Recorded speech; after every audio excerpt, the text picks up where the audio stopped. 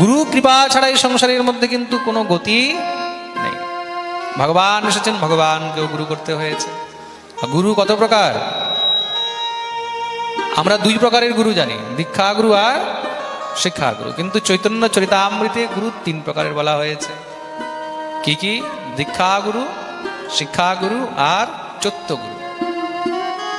খুব মন দিয়ে শুনবে কিন্তু। চৈতন্য চরিতামৃতে গুরু তিন প্রকারের বলা হয়েছে, দীক্ষা গুরু, শিক্ষা গুরু আর চৈত্য গুরু। দীক্ষা গুরু কাকে বলে এটাও তো আমাদেরকে জানতে হবে।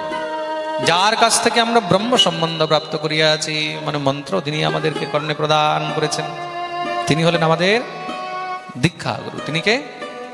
জোরে বলো। দীক্ষা গুরু। যিনি আমাদেরকে মাইকে মন্ত্র দিয়েছে উনি দীক্ষা গুরু নয় কিন্তু।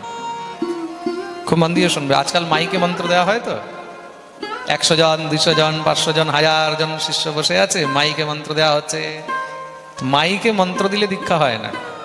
মাইকে মন্ত্র দিলে যদি শিষ্য হয়ে যেত, যদি দীক্ষা দেওয়া হতো, তাহলে দিনের মধ্যে মসজিদ থেকে 5 বার নামাজ পড়া হয়, তাহলে তো সব মুসলমান হয়ে যেত। কি মহারাজ? মাইকেই যদি দীক্ষা দেওয়া হতো তাহলে তো সব মুসলমান হয়ে যেত। প্রেম সে বলো রাধে রাধে। তার জন্য এই যে মাইকে দীক্ষার সিস্টেম, বুঝে যাবে এগুলো সব ফর্জি, সব ডুপ্লিকেট। প্রেম সে বলো রাধে রাধে। এগুলো সব বড় বড় বিজনেসম্যান। কেন? They have no time for the শিষ্য। শিষ্যকে মন্ত্র দেওয়ারও তাদের কাছে সময় নেই। তা যার কাছে শিষ্যের কানে মন্ত্র দেওয়ার সময় নেই, প্রথম তো তাকে শিষ্য করাই উচিত নয়। আর যেই মূর্খ শিষ্যরা এমন গুরুর কাছে যায়, সেই শিষ্যদেরও জীবন বৃথা। প্রেম সে বলো রাধে রাধে। যতক্ষণ পর্যন্ত গুরুদেব বস্ত্র আচ্ছাদন করে একান্তভাবে শিষ্যের কর্ণে মন্ত্র প্রদান করবেন না, ততক্ষণ পর্যন্ত দীক্ষা হয় না। এটা হলো নিয়ম।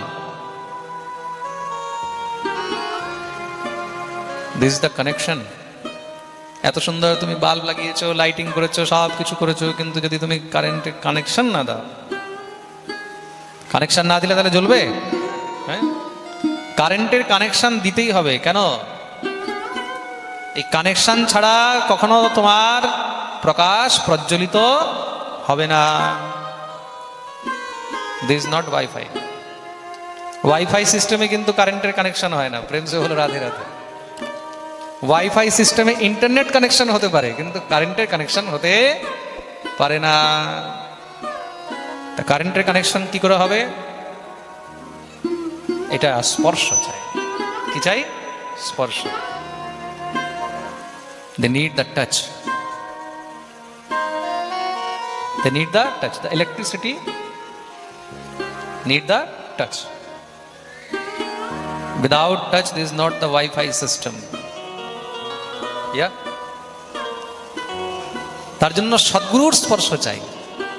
যতক্ষণ পর্যন্ত সদ্গুরুর স্পর্শ হবে না, যতক্ষণ পর্যন্ত সদ্গুরুর মুখ নিঃসৃত মন্ত্র কর্ণে পড়বে না, ততক্ষণ পর্যন্ত দীক্ষার কোনো মানেই নেই। প্রেম সে রাধে রাধে।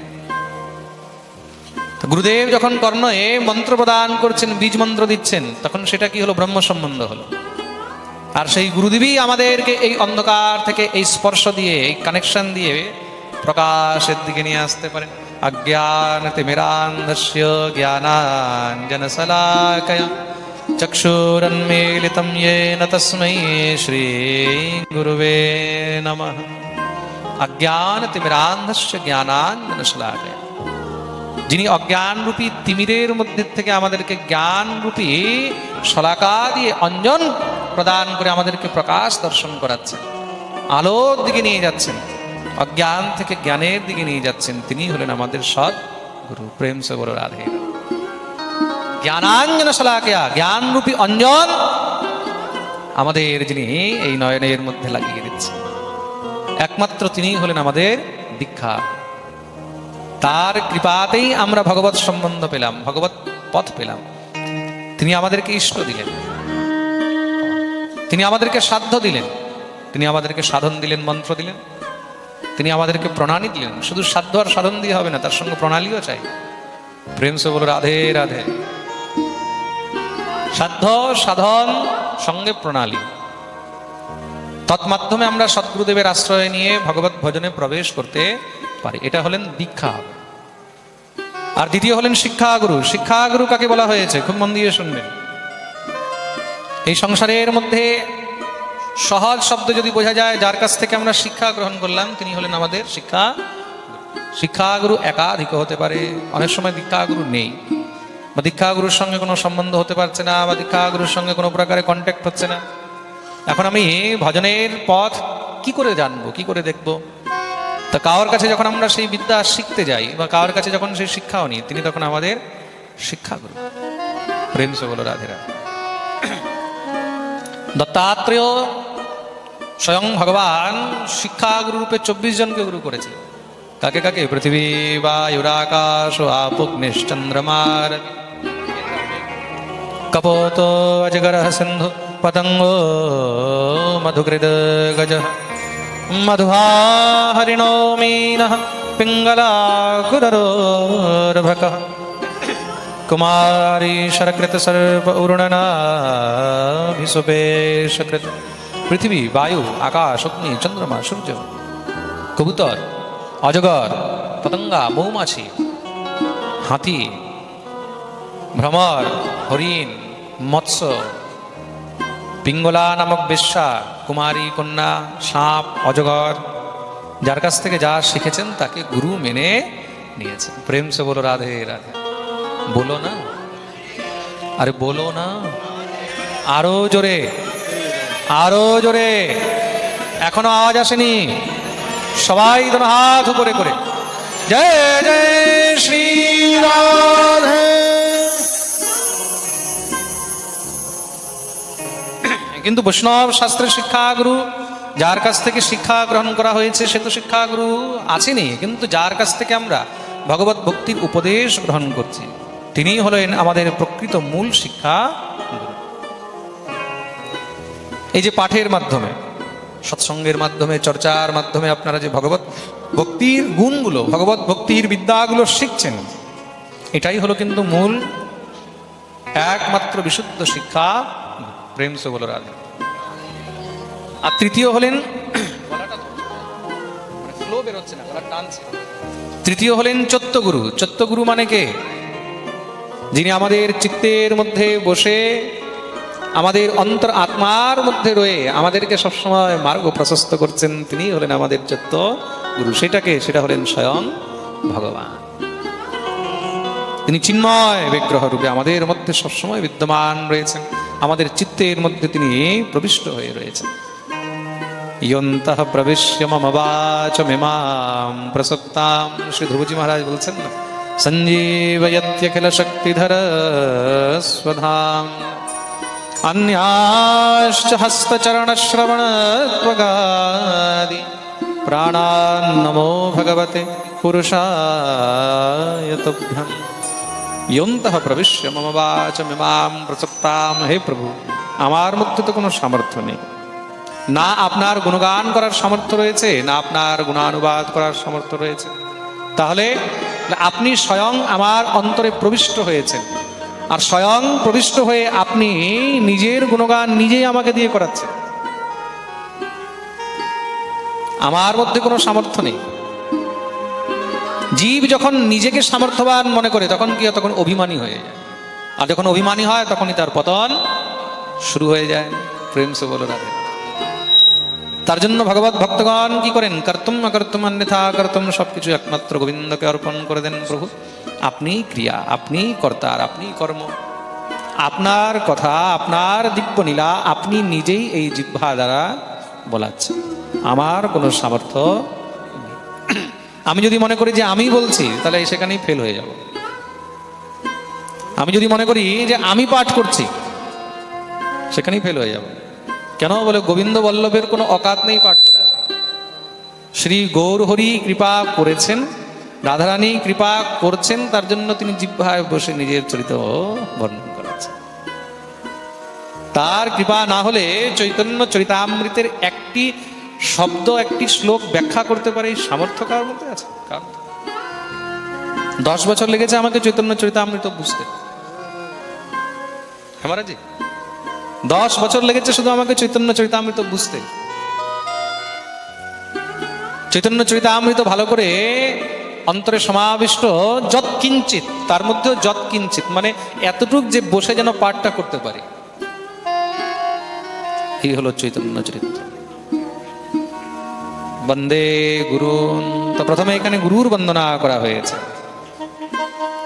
আসুন আমরা সবাই মিলে শ্রী গুরুদেবের বন্দন করি, যেই গুরুদেবের কৃপায় আমরা এই দিব্য মহারাজ জ্ঞান অর্জন করতে পারছি। हे मेरे गुरुदेव करुणा सिंधु करुणा कीजिए, हे मेरे गुरुदेव करुणा सिंधु करुणा कीजिए। ओ अधम आधीन आश्रय अब शरण में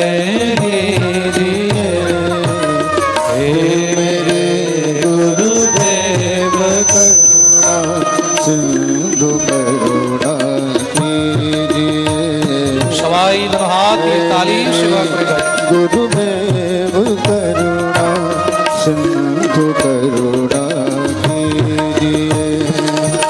खा रहा गोते हूँ मैं भव सिंधु के मझधार में, खा रहा गोते हूँ मैं भव सिंधु के मझधार में।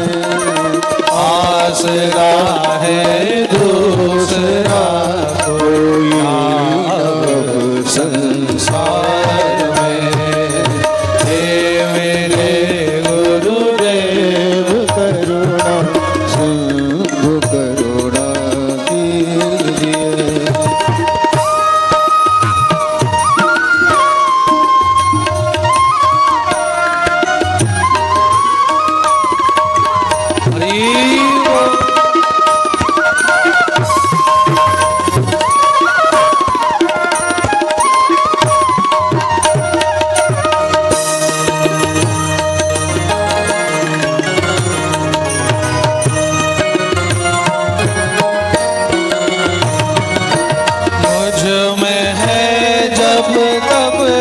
सार और नहीं कुछ ज्ञान है, मुझ में है जब तक न साधन और नहीं कुछ ज्ञान है। निर्लज्जता है कुमारी और बस अभिमान है, निर्लज्जता है और बस अभिमान है। हे मेरे गुरुदेव करुणा सिंधु करुणा कीजिए,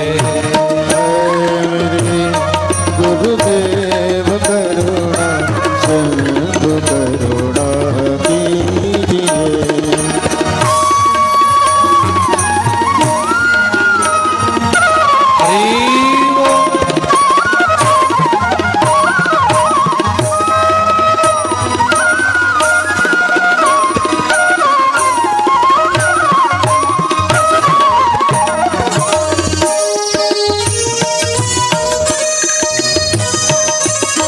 बोलिए सद्गुरुदेव भगवान की।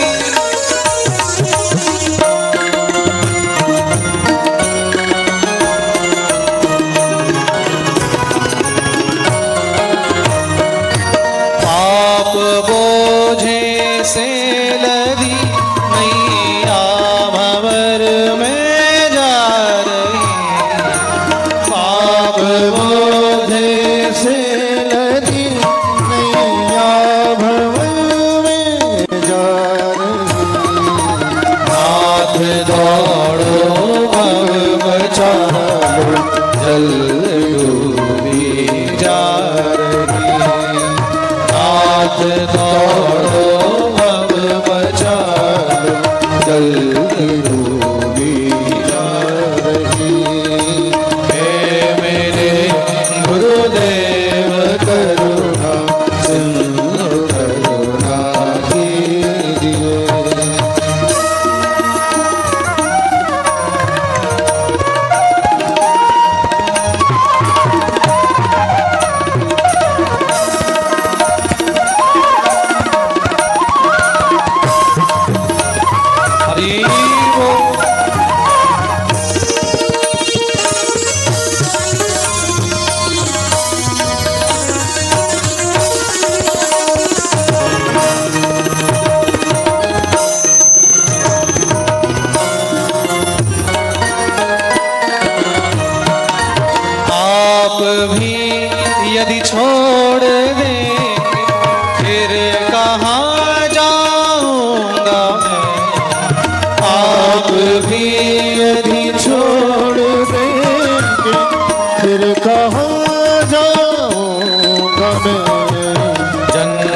दुख से नाव कैसे पार कर पाऊंगा मैं, जन्म दुख से नाव कैसे पार कर पाऊंगा मैं।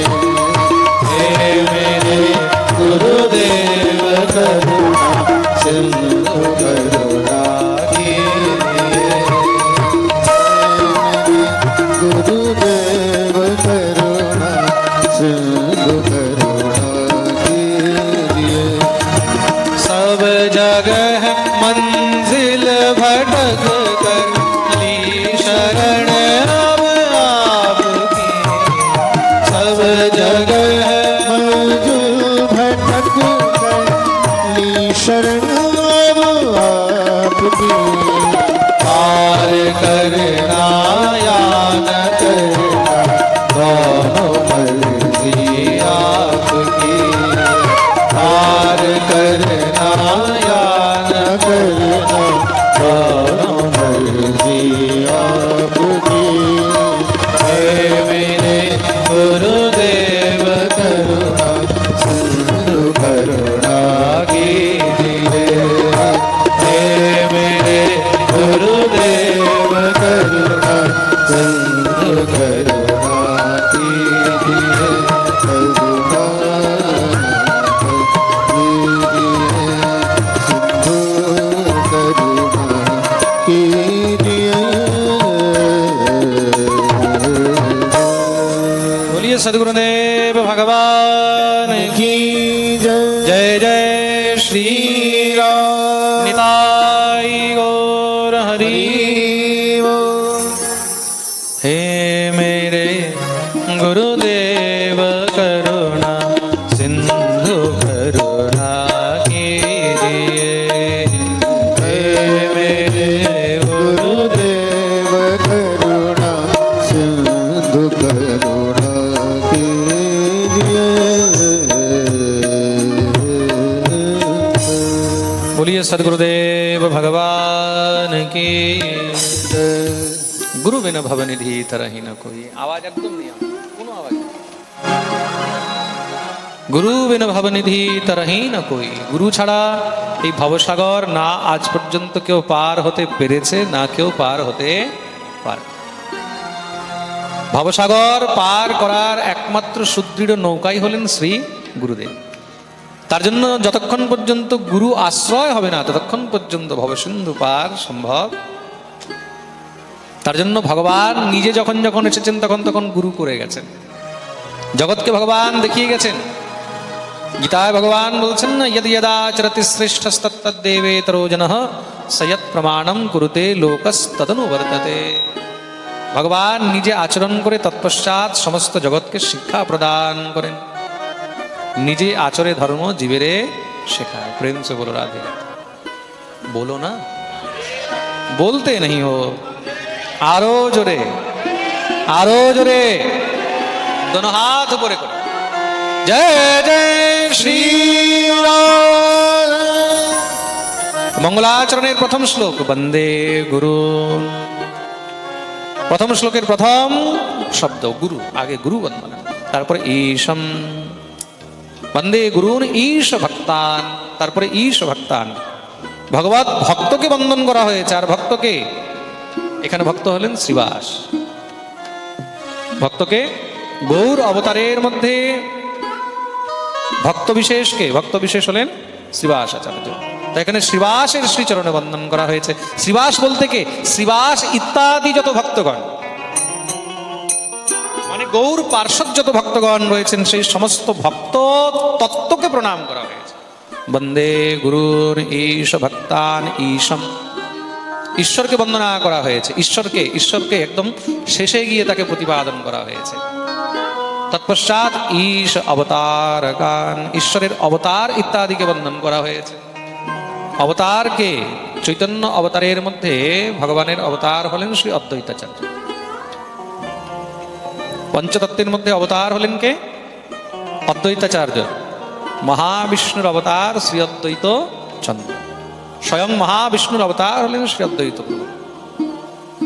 তার জন্য এখানে শ্রী অদ্বৈতাচার্যের শ্রীচরণে বন্দন করা হয়েছে, বলি অদ্বৈত ভগবান। আহা, যিনি স্বয়ং অদ্বৈত না দ্বৈত, যিনি যার মধ্যে কোনো দ্বৈততাই নেই। যদ্যপি আমাদের সম্প্রদায় হলো দ্বৈতবাদ, আমাদের তো মাধ্য সম্প্রদায়, আর আমাদের আচার্য তিনি হলেন শ্রীপাদ মাধবাচার্য, তিনি তো দ্বৈতবাদ অদ্বৈতবাদকে খণ্ডন করেছেন, তিনি হলেন দ্বৈত। কিন্তু এখানে আমাদের অবতার হলেন অদ্বৈত, আর অবতার ঈশ্বর অদ্বৈত হওয়াই বেশি ভালো। প্রেম সে বলো রাধে রাধে। তার মধ্যে কোনো দ্বৈততা থাকে না, নিষ্ঠা বেশি থাকে। তা আমাদের শ্রী অদ্বৈতাচার্যকে এখানে বন্দন করা হলো। তৎপশ্চাৎ তৎপ্রকাশাশ্চ, ভগবানের প্রকাশকে বন্দন করা হয়েছে। প্রকাশকে, ভগবত প্রকাশ হলেন শ্রী নিত্যানন্দ অনন্তদেব। অনন্তদেবকে, অনন্তদেব হলেন ভগবানের প্রকাশ। অনন্তদেবের কৃপাতেই আমরা এই জগতের মধ্যে হরি ভক্তি প্রাপ্ত করতে পারি। শঙ্কর্ষণের কৃপা, বলরামের কৃপা, অনন্তের কৃপা ছাড়া গোবিন্দের কৃপা পাওয়া সম্ভব নয়। কেন? তিনি হলেন গোবিন্দের ধাম। সপ্তমো বৈষ্ণবম ধাম ইয়মনন্তম প্রচক্ষতে। বৈষ্ণবম ধামম, বিষ্ণুর ধাম তিনি। গোবিন্দের সেবার একাধিকার রয়েছে তার, নারায়ণের সেবার একাধিকার তার। তিনি গোবিন্দের নানাবিধ সেবা করেন। তিনি ছত্র, তিনি আসন, তিনি শয্যা, তিনি বালিশ, তিনি উপাদান। কি কি ভাবে তিনি সেবা না করেন? শুধু ছত্র নয়, সঙ্গে গোবিন্দকে হাওয়া চলছে, চামরও ঢুলাচ্ছেন। সহস্র সহস্র যখন তার মস্তক দুলে, তখন গোবিন্দ খুব শীতলতা পায়। একদম ফার্স্ট ক্লাস এসি চলছে। প্রেম সে বলো রাধে রাধে। তার জন্য তিনি হলেন স্বয়ং গোবিন্দের ধাম, বৈষ্ণবম ধাম। যতক্ষণ পর্যন্ত ধামের আশ্রয় নেবে না, ততক্ষণ পর্যন্ত সেই ধামবাসীকে পাবে না। আগে নাম আশ্রয়। বৈষ্ণবদের জন্য করণীয় কি? প্রথমে হলো নাম আশ্রয়, তারপরে হলো ধাম আশ্রয়। নাম আশ্রয় কি করে হয়? বলে সদ্গুরুদেবের কৃপা, বন্দে গুরুন। আগে গুরু কৃপা হবে, গুরুর কৃপা হলে এবার ধামের কৃপা হবে। ধাম মানে নিতায়ের কৃপা হবে। আর নিতায়ের করুণা হবে, ব্রজে রাধা কৃষ্ণ পাবে। যতক্ষণ পর্যন্ত নিতায়ের করুণা হবে না, ততক্ষণ পর্যন্ত রাধা গোবিন্দের কৃপা পাবে না। তা নিতাইকে ধাম, নিতাই হলেন ধাম। ধাম মানে আশ্রয়। তার জন্য আগে নাম। নাম কোথায়? নাম কোথায় পেলে? কে দিল মন্ত্র? জোরে বলো। হ্যাঁ, মাটির পুতুলের মতন বসে। নাম কে দিল? গুরুদেব, তাই তো? আর নাম যখন দেয়া হয়েছে, তারপরে এবার কি? ধাম। ধাম হলেন কে? নিতাই চান, শ্রী নিত্যানন্দ প্রভু। মনে থাকবে তো, না ভুলে যাবে? পাঠের শেষে আমি জিজ্ঞাসা করবো ধাম কে, তখন গিয়ে বোঝা যাবে কে কত মন দিয়ে শুনছে। যতক্ষণ পর্যন্ত নিতায়ের কৃপা না হবে, ততক্ষণ পর্যন্ত গৌরের কৃপা হবে না। আর গৌরের কৃপা না হলে রাধা গোবিন্দের কৃপাও সম্ভব। তৎপ্রকাশাশ্চ, গোবিন্দের প্রকাশ হলেন শ্রী নিত্যানন্দ। তাকে বন্দন করা হয়েছে। তৎশক্তি। তারপরে শক্তি, ভগবানের শক্তিকে, ঈশ্বরের শক্তি হলেন গদাধর। গদাধর হলেন শক্তির স্বরূপ। গদাধরকে শ্রী প্রিয়াজির ভাবাবেশ অবতারও বলা হয়েছে। প্রেম সে বলো রাধে রাধে। তৎশক্তি, এটা শক্তি বিশেষ অবতার। কৃষ্ণ চৈতন্য সংযকম। আর এই চার তত্ত্বকে নিয়ে যিনি স্বয়ং ঈশ্বর রূপে অবতীর্ণ হয়েছেন, সমস্ত জগৎকে কৃষ্ণ প্রেম দিয়ে চৈতন্য করতে এসেছেন, মানে জাগাতে এসেছেন, তিনি হলেন শ্রী কৃষ্ণ চৈতন্য। বলিয়ে কৃষ্ণ চৈতন্য ভগবান কি।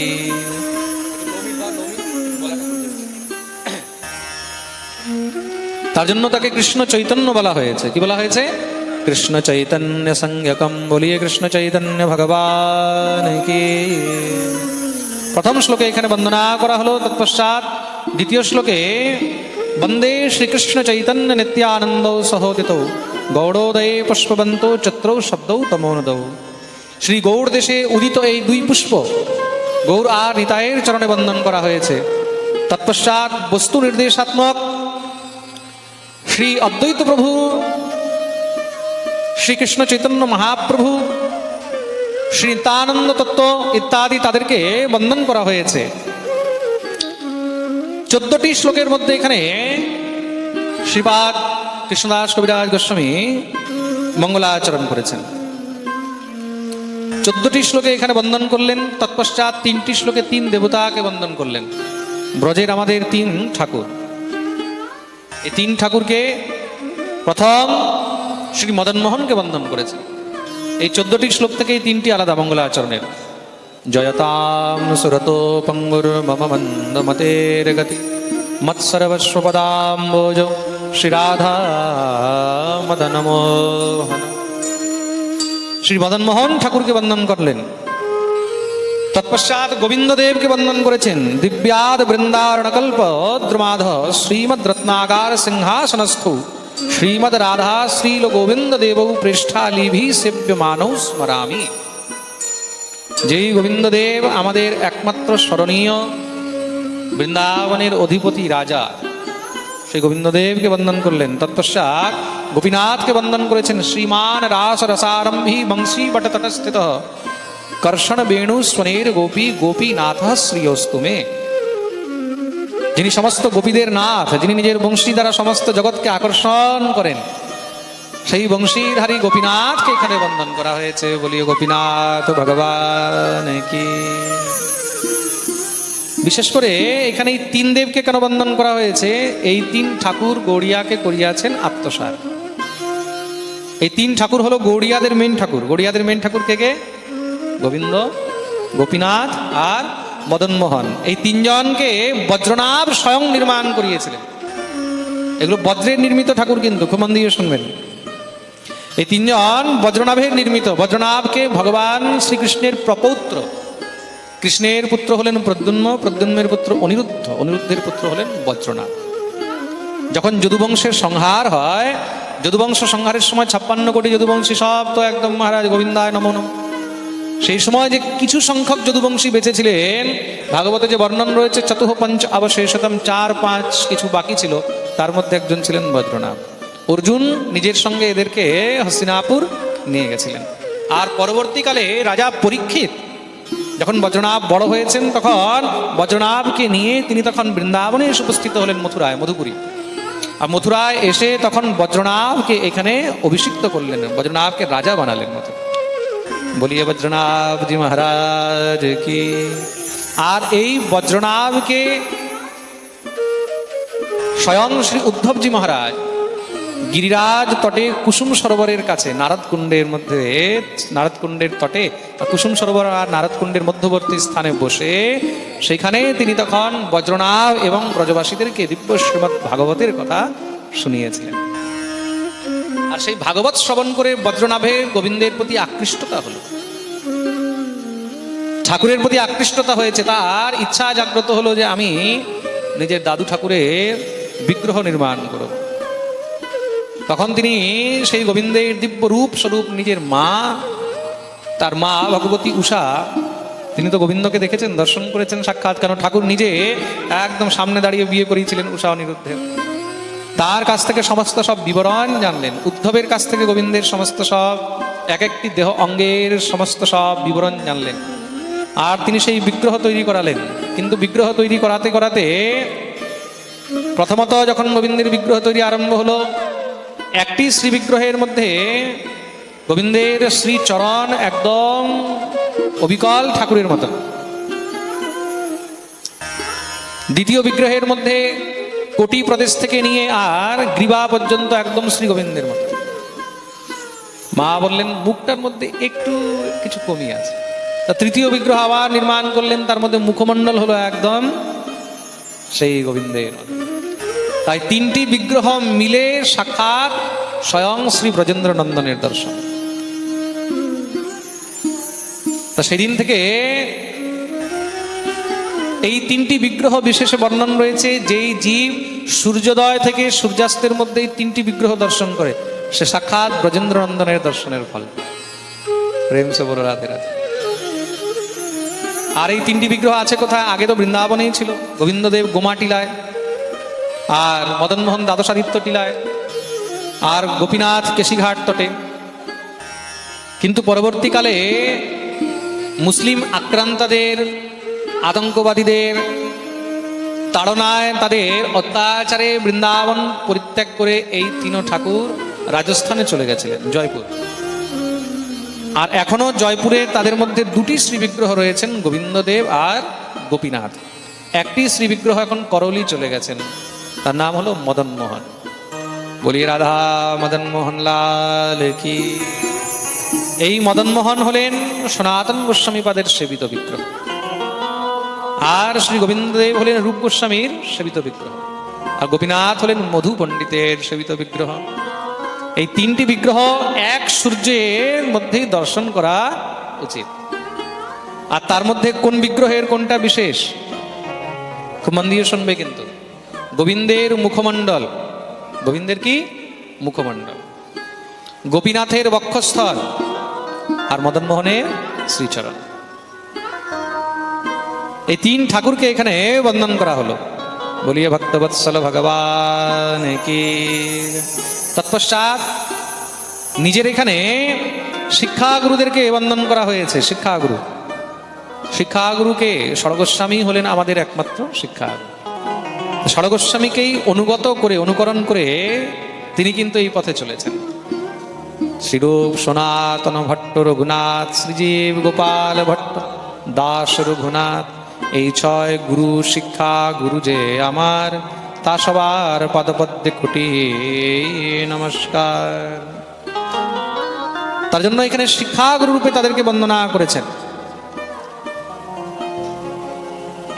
মঙ্গলাচরণের মধ্যে দীক্ষাগুরু, শিক্ষাগুরু, পঞ্চতত্ত্ব থেকে আস্তে আস্তে মহারাজ নিজ স্বকীয় শ্রী গুরুদেবকে বন্দন করলেন, আর গুরুকে একমাত্র গোবিন্দ রূপেই এখানে মেনেছেন। যদ্যপি আমার গুরু চৈতন্যের দাস, তথাপি জানিয়ে আমি তাহারও প্রকাশ। গুরু কৃষ্ণরূপ হর শাস্ত্রেরও প্রমাণে, গুরুরূপে কৃষ্ণ কৃপা করেন ভক্তজনে। গুরুরূপেই স্বয়ং গোবিন্দ আমাদের উপরে কৃপা করিয়া থাকেন। তার জন্য বারবার করে বলা হয়েছে যে গুরুকে কখনো মনুষ্য জ্ঞান করিতে নেই। প্রেম সে বলো রাধে। গুরুর মধ্যে কোনো প্রকারের দোষ দৃষ্টি দেখাও কিন্তু অপরাধ। গুরু হলেন সমর্থবান, গুরু যা পারবে তিনি তা করতে পারবেন, কিন্তু আমরা তা করতে পারবো না। আর সমর্থবানের মধ্যে দোষ দেখলে কি হয়, তখন অপরাধ হয়। যেরকম গঙ্গা, গঙ্গা কি সমর্থবান, গঙ্গার মধ্যে যদি একটি মৃতদেহ পড়ে থাকে, আমরা তাও সেই গঙ্গার মধ্যে ডুবে স্নান করি তো, আমরা তার জল আচমন করি। কিন্তু সেই জায়গায় ঘরের কুয়োর মধ্যে বা বাড়ির পাশে পুকুরের মধ্যে যদি কোনো একটা মরা লাশ পড়ে থাকে, কেউ আর সেই জল খাবে? জোরে বলো, খাবে না? সেটা পান করবে না সেখানে স্নান করবে? কিন্তু সেই মৃতদেহ যখন গঙ্গার মধ্যে পড়ে যাচ্ছে, সেই মল মূত্র সব গঙ্গার মধ্যে চলে যাচ্ছে, বড় বড় ড্রেনের জল গঙ্গায় চলে যাচ্ছে, আমরা তখনও সেখান থেকে জল নিয়ে আচমন করছি। এই আমাদেরই ঘরের নালীর জল, ঘরের ড্রেনের জল গঙ্গায় চলে যাচ্ছে, যমুনায় যাচ্ছে, আমরা সেখানে গিয়ে আচমন করছি, পান করছি, স্নান করছি। কোথাও ঘরের ড্রেনের জল কখনো তো আমরা হাতে নিয়ে পান করিনি, করেছি? কাউকে দেখেছো ঘরের ড্রেনের জল ঘটিতে করে নিয়ে, গ্লাসে করে নিয়ে পান করতে? সেই শ্রদ্ধা হবে, সেই ইচ্ছা হবে, তার প্রতি সেই নিষ্ঠা থাকবে? থাকবে না। কেন? সে সমর্থবান। তার জন্য কখনো সমর্থবানের মধ্যে দোষ দেখতে নেই। সমর্থ কো নহি দোষ গোসাই, समर्थ को नहीं दोष गोसाई, समर्थ को नहीं दोष गोसाई, समर्थ को नहीं दोष गोसाई। रवि पावक सुर सर की नाई, रवि पावक सुर सर की नाई। সমর্থ কো नहीं দোষ গোসাই।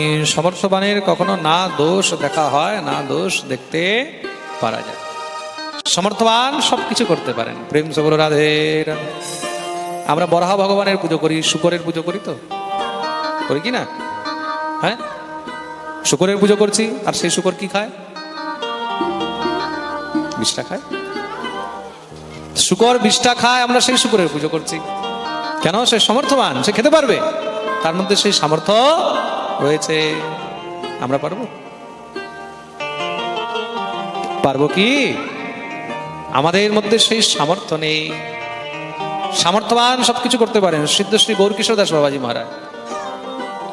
ওনার পিছনে ভক্তি সিদ্ধান্ত সরস্বতী প্রভুপাদ লেগে রয়েছেন, দীক্ষা নেবে, দীক্ষা নেবে, দীক্ষা নেবে। বাবাজি মহারাজ তো শুধু টরকাচ্ছে, আজ সময় নেই, কাল সময় নেই, পরশু সময় নেই, অমুক দিন আসবে, তমুক দিন আসবে, অমুক দিন। ভাবছে একে যত টরকাবো আপনি পরে ক্ষিন্ন হয়ে চলে যাবে।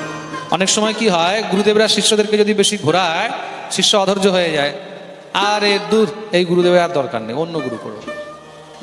আসলে প্রকৃত ভগবত প্রেমী গুরুদেব তো এটাই চায়, যেন ভাই এখান থেকে ভিড় কম, বলে আ যায় তো ওয়েলকাম, আর চলা যায় তো ভিড় কম। প্রেম সে বলো রাধে রাধে। হ্যাঁ, আর যারা লোভী গুরু হয় তাদেরকে তুমি বলো দীক্ষা নেবো, তোমার ঘরে মোটরসাইকেল নিয়ে চলে আসবে।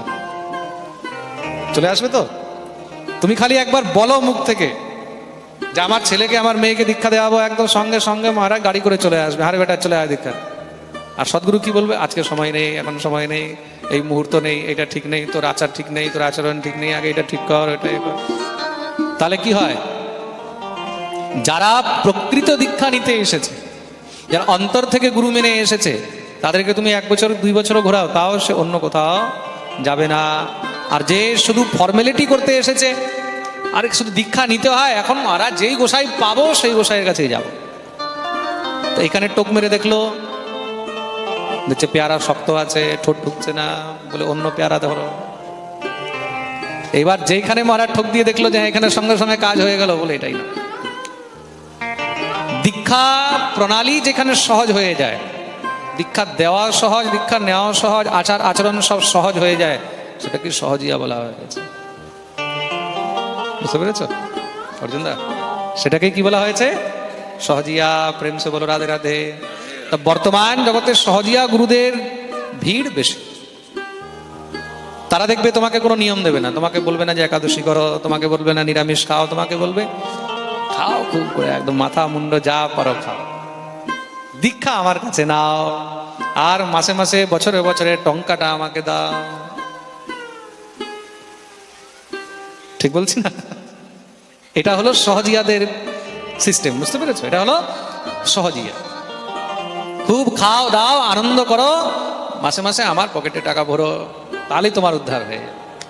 টাকা না দিতে পারলে আবার উদ্ধার হবে না। দীক্ষা নিয়েছ আর তুমি বেটা দক্ষিণা দেবে না, তোমার উদ্ধার হবে? দক্ষিণাটা দিতে হবে টাইম টু টাইম। প্রেম সে বলো রাধে রাধে। এক গুরুদেব তো এমন ছিল মহারাজজি, শিষ্য গুরু পূর্ণিমার দিন থাল সাজিয়ে গুরুদেবের পুজো করতে নিয়ে গেছে। থালের মধ্যে এখন ফল ফুল টপ সব নিয়ে গেছে, শিষ্য বেচারা 50 টাকা নিয়ে গেছে। বলছে 50 টাকা নিয়ে তুই গুরু পূজা করতে এসছিস, 500 টাকা বের কর। শিষ্য সঙ্গে সঙ্গে থাল নিয়ে গুরুদেবের মহারাজ গায়ের উপরে দিয়ে চলে এসছে, বলে এটা আপনি রাখুন, আমিও আর গুরু পুজো করবো না। প্রেম সে বলো রাধে রাধে। তো সংসারের মধ্যে এমন গুরু আর এমন চেলা।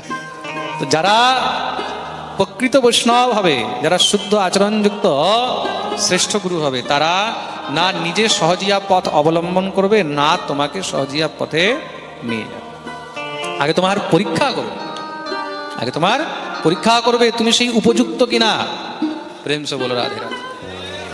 তোমাকে আগে হরিনাম দিল, মাস 2 মাস 6 মাস বছর 2 বছর দেখলো, বলে হরিনাম জপ করছে কিনা, নিষ্ঠায় আসছে কিনা, আস্তে আস্তে একাদশী করছে কিনা, তিলক করছে কিনা, নিরামিষ খাচ্ছে কিনা। যখন দেখবে যে হ্যাঁ বীজ মন্ত্র সে নিয়ে ধারণ করতে পারবে, পালন করতে পারবে, তখন গিয়ে তাকে বীজ ইত্যাদি দীক্ষা মন্ত্র প্রদান করিবে।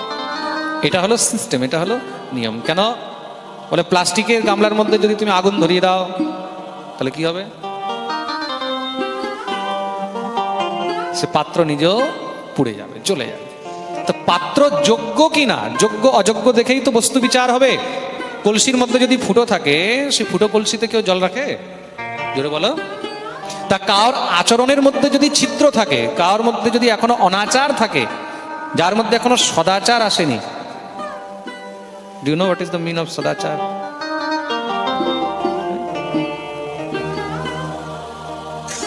Should to be asked from your Gurudev. He will teach you about Sadachar. What is the Sadachar? The Vaishnavas' main property is the Sadachar. Not the 16 mala. All about surrounding in the Sadachar. If you have not Sadachar, all malas, on archanas, on devotion, everything is failed. At first and must Sadachar. প্রেম সে বলো রাধে রাধে। আপনার যদি আচার বিচার ঠিক নেই, আপনার মধ্যে যদি সদাচার নেই, আপনি ভাবছেন যে আমি ভজন করব, মালা করব, জপ করব, বাস একদম নাচবো, গাইবো, ঠাকুরের সেবা করবো, উদ্ধার হয়ে যাবো, সম্ভবই নয়। আগে আচার ঠিক করতে হবে, আহার ঠিক করতে হবে, বিহার ঠিক করতে হবে। তোমার আহার ঠিক নেই বেটা, তোমার বিহার ঠিক নেই, আর তুমি ভাবছো যে আমি ভগবত প্রেম পেয়ে যাব, আমার উদ্ধার হয়ে যাবে। হিংসা করে কোনো জীবকে পেটের মধ্যে রেখে তুমি এদিক দিয়ে ভাবছো আমার উদ্ধার হয়ে যাবে, ইম্পসিবল, নেভার। হিংসা জন্যম চ পাপম চ। পাপ করে কখনো নিজের মঙ্গলের কামনা করতে নেই। প্রেম সে বলো রাধে রাধে। কয়লার খনির মধ্যে ঢুকে তুমি যদি ভাবো যে গায়ে কালি লাগবে না, এটা সম্ভব। काजर की कोठरी में कैसो हूं सयान हो जाए, एक लीक काजर की लागी है पिला। খুব মন দিয়ে শুনবে কিন্তু। তুমি কাঠের উনুনের মধ্যে হাড়ি বসিয়েছ আর তুমি ভাববে যেন কালি না হয়, সম্ভবই নয়। প্রেম সে বলো রাধে রাধে। তার জন্য তুমি অনাচার নিয়ে চলবে, সদাচার নেই তোমার মধ্যে। তুমি অপরাধ করে বেড়াচ্ছ, পাপ করে বেড়াচ্ছ, জীব হত্যা করে বেড়াচ্ছ, আচার নেই, বিচার নেই।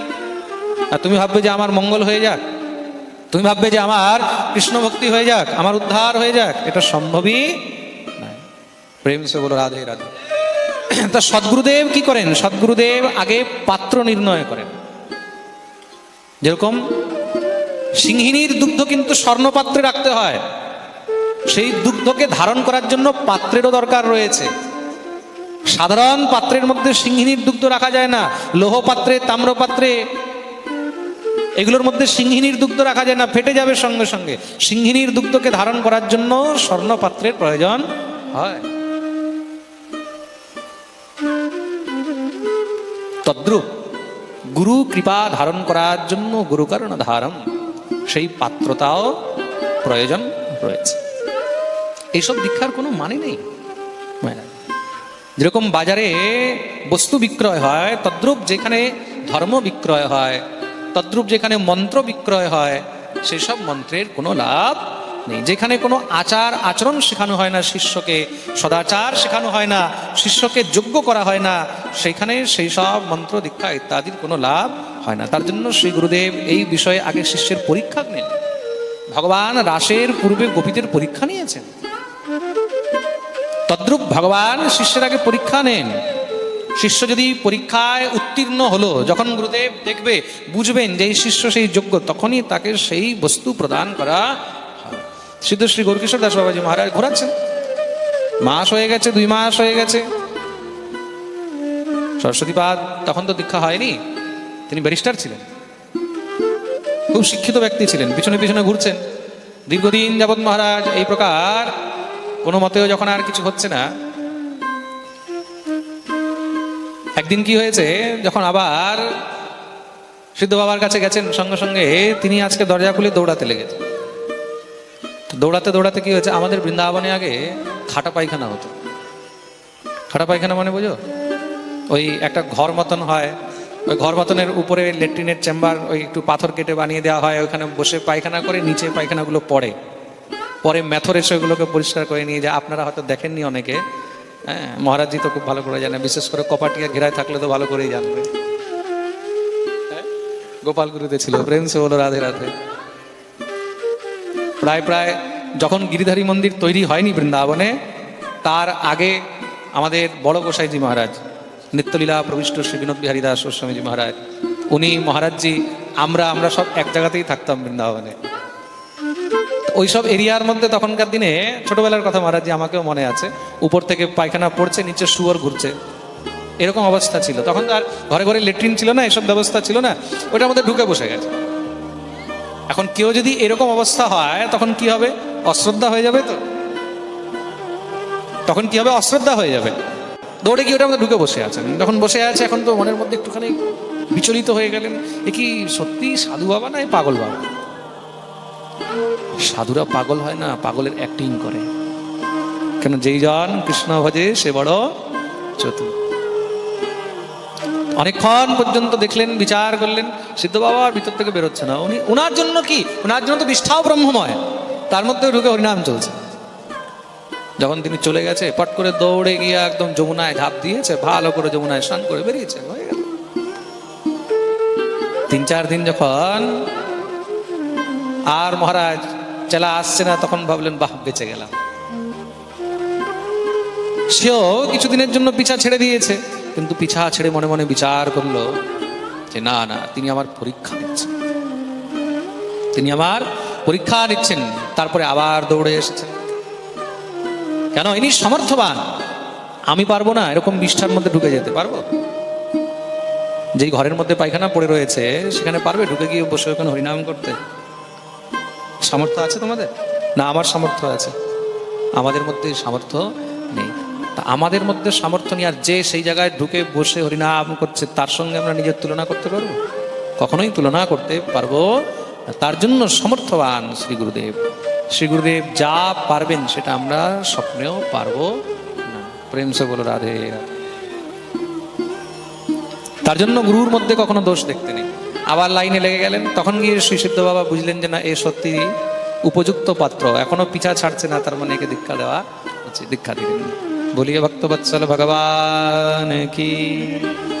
তার জন্য এই তত্ত্ব, গুরু তত্ত্ব, গোবিন্দ তত্ত্ব, এগুলো সবাই অত সহজে বুঝতে পারে না। সমর্থবানকে বোঝাও বহুত কঠিন, সমর্থবানকে বোঝা অনেক কঠিন। আগুনকে বোঝা অনেক কঠিন। আগুনকে বুঝতে পারবে? অগ্নির ডেফিনেশন আপনি দিতে পারবেন না। পারবেন কি? সূর্যকে বুঝতে পারবে? সূর্যের কোনো ডেফিনেশন আপনি দিতে পারবেন না। আগুন কতটা জ্বলনশীল হয় তার কোনো তুলনা নেই। আগুন এতটা জ্বলনশীল হয় যে মানুষ, পশু পক্ষী, বৃক্ষ, জিনিস, বস্তু, এগুলো তো ছাড়ো, পাথর আছে না, পাথরকে পর্যন্ত আগুন জ্বালিয়ে গলিয়ে দিতে পারে। তাহলে অগ্নির সামর্থ্য কত বিচার করে দেখুন। পাথরকে আপনি গলাতে পারবেন? আমাদের কাছে যত সাধ্য সাধনের মধ্যে অগ্নি রয়েছে, অগ্নির যত হিটিং আপনি দেন, কত পাথর গলাতে পারবেন? কিন্তু সেই অগ্নি যখন প্রকৃত রূপে নিজের রূপ দেখায়, যখন দেখবে জ্বালামুখী হয়, সেই লাভা যখন বেরোয়, সেই লাভা আগুনের তাপ এত হয় যে পাথরকে পর্যন্ত গলিয়ে জলের মতন বানিয়ে। তার এত সামর্থ্য রয়েছে। তার সামর্থ্য বর্ণন করাও আমাদের সামর্থ্যের মধ্যে নেই। তার সামর্থ্য বর্ণন করা আমাদের সামর্থ্যের মধ্যে নেই। তাহলে তার সঙ্গে আমরা তুলনা কি করে করবো? তদ্রূপ হলেন শ্রী গুরুদেব। শ্রী গুরুদেব আমাদের অন্তরের যত মহারাজ অপরাধ, যত অভিমান রূপী এই পাষাণ পাথর রয়েছে, এই পাথরগুলোকে নিজের কৃপা রূপী অগ্নি দিয়ে একদম গলিয়ে জল করে দিতে পারে। প্রেম সে বলো রাধে রাধে। তিনি সমর্থবান। আর গুরুকে, গুরুই হলেন গোবিন্দ। কৃষ্ণ যদি কৃপা করেন কোন ভাগ্যবানে, অন্তর্যামী রূপে গুরুর শিখানো আপন। ভগবান যদি তোমাকে বোঝাতে চায় তবেই তুমি বুঝতে পারো। ভগবান যদি না বোঝাতে চায়, 7 জন্ম তো ছাড়ো, 7 কোটি জন্মেও তুমি বুঝতে পারবে না। তেনে ব্রহ্ম হৃদয় আদি কবয়ে মুহ্যন্তি যৎ সূরয়।